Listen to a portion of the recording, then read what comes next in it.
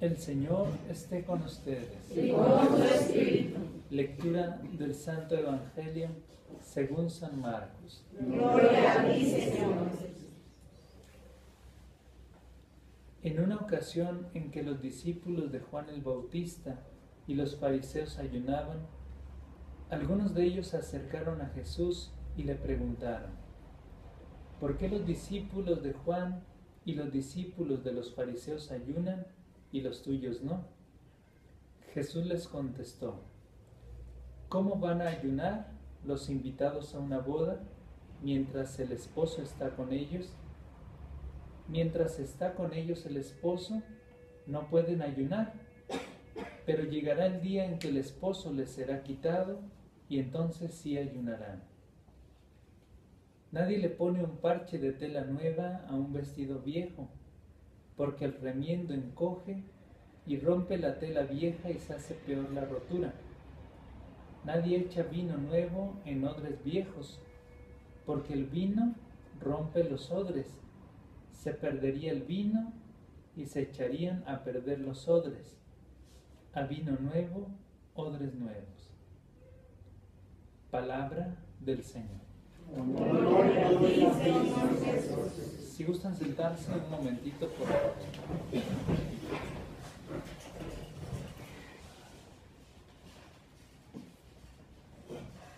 Hermanos, hoy vamos a seguir en nuestra exposición, en nuestra explicación, el siguiente orden. Primero, el Salmo 49, después la aclamación antes del Evangelio y en tercer lugar vamos a tomar una breve frase del Evangelio de San Marcos en el capítulo 2 que hoy escuchamos. Primero, vamos a hablar algo acerca del agradecimiento. Dice hoy el Salmo 49: quien me da gracias, ese me honra. Pero ¿en qué consiste el verdadero agradecimiento? Porque decir gracias solamente de labios hacia afuera no tiene ninguna repercusión en el corazón de Dios, sino el verdadero agradecimiento va de corazón a corazón. Cuando nosotros vivimos conforme a la voluntad del Señor, cuando hacemos lo que a Él le agrada, aún sin agradecer, estamos agradeciendo. Darle culto de adoración en la Eucaristía, eso es un verdadero agradecimiento al Señor. ¿Qué significa Eucaristía? Significa acción de gracias. Por eso el más grande agradecimiento que nosotros, seres pequeños, podemos tributar a Dios, que es infinito, es la Eucaristía. Porque en ella se nos da el más grande bien que Dios nos puede conceder. ¿Cuál es ese bien? Es Jesús, que se nos entrega en alimento. Por eso en la Eucaristía ofrecemos a Cristo y con Él nos ofrecemos también nosotros. Cuando así lo hacemos, Él transforma todo nuestro corazón.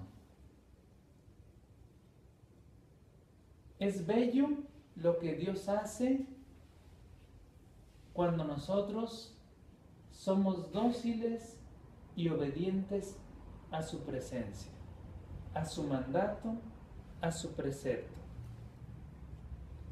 Por eso hoy en la primera lectura escuchamos la enseñanza de Samuel a Saúl. Es importante para Dios la obediencia y la docilidad.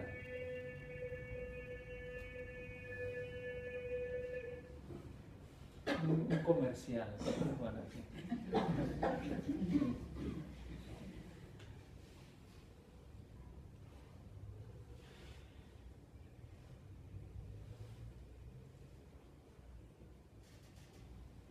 y hablando de la Eucaristía, precisamente, ahí hay dos mesas. O aquí hay dos mesas.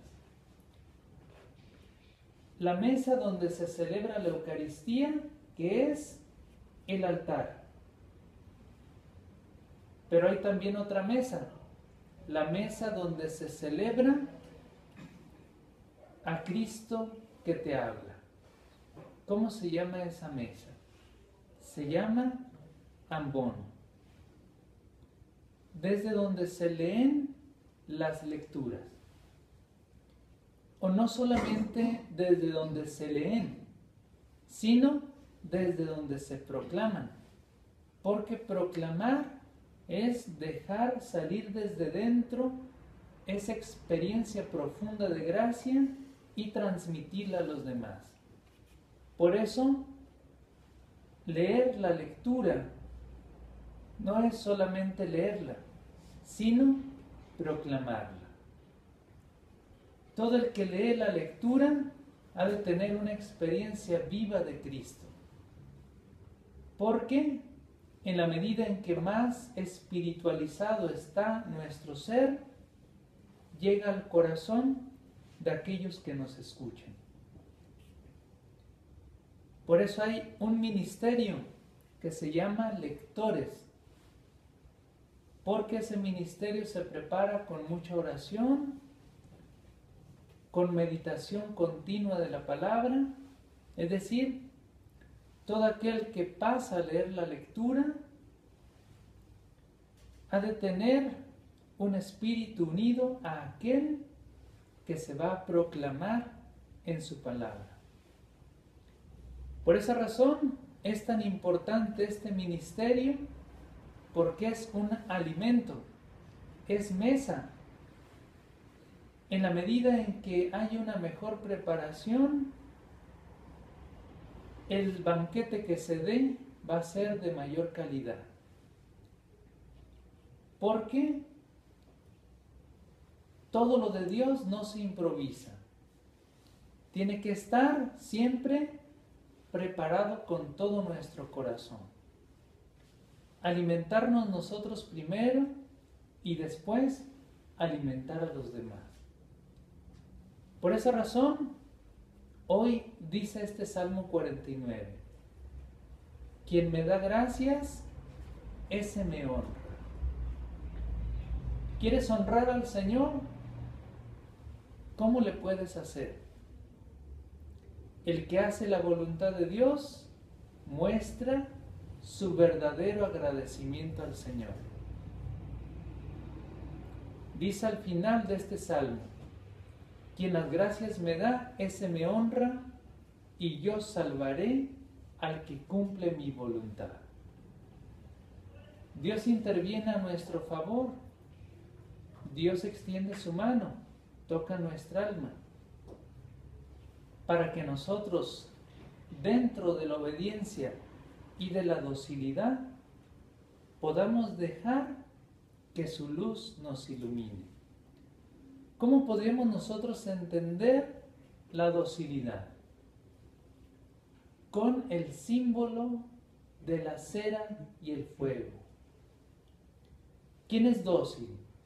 Aquel que es moldeable por Dios. Cuando tú le aplicas fuego a la cera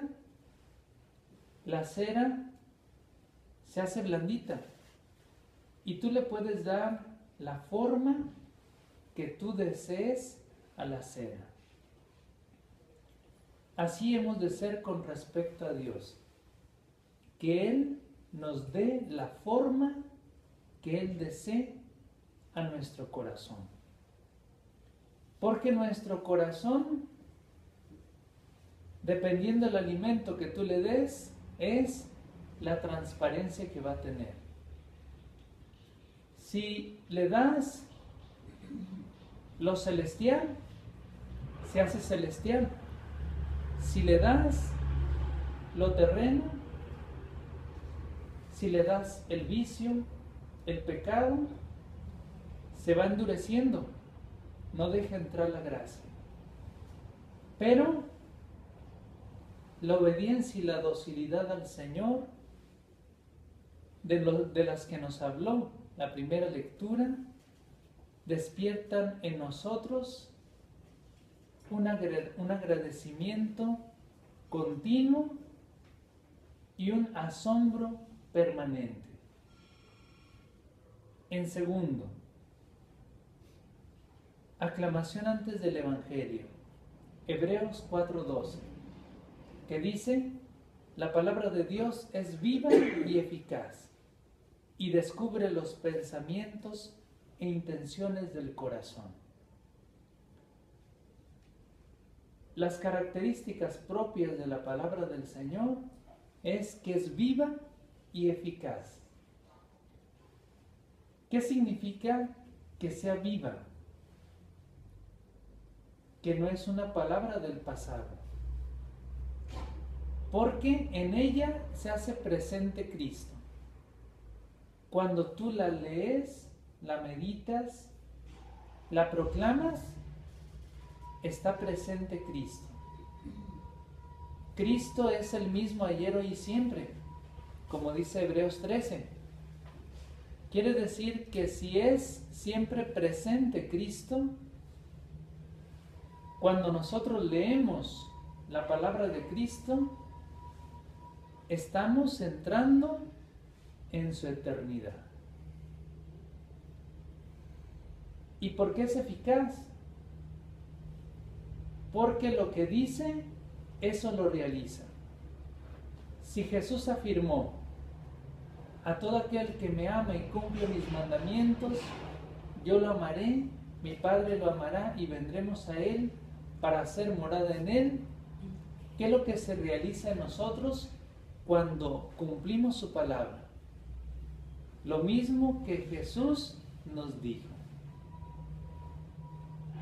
Y vayamos un poquito más al fondo. Si tú tienes un espíritu divino,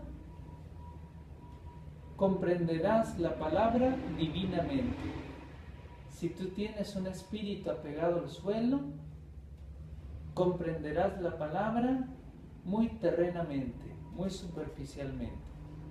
Pero en la medida en que nuestro espíritu va entrando en una relación cada vez más profunda con el Señor, la palabra se va como espiritualizando y nosotros vamos entrando en esa luz de lo alto.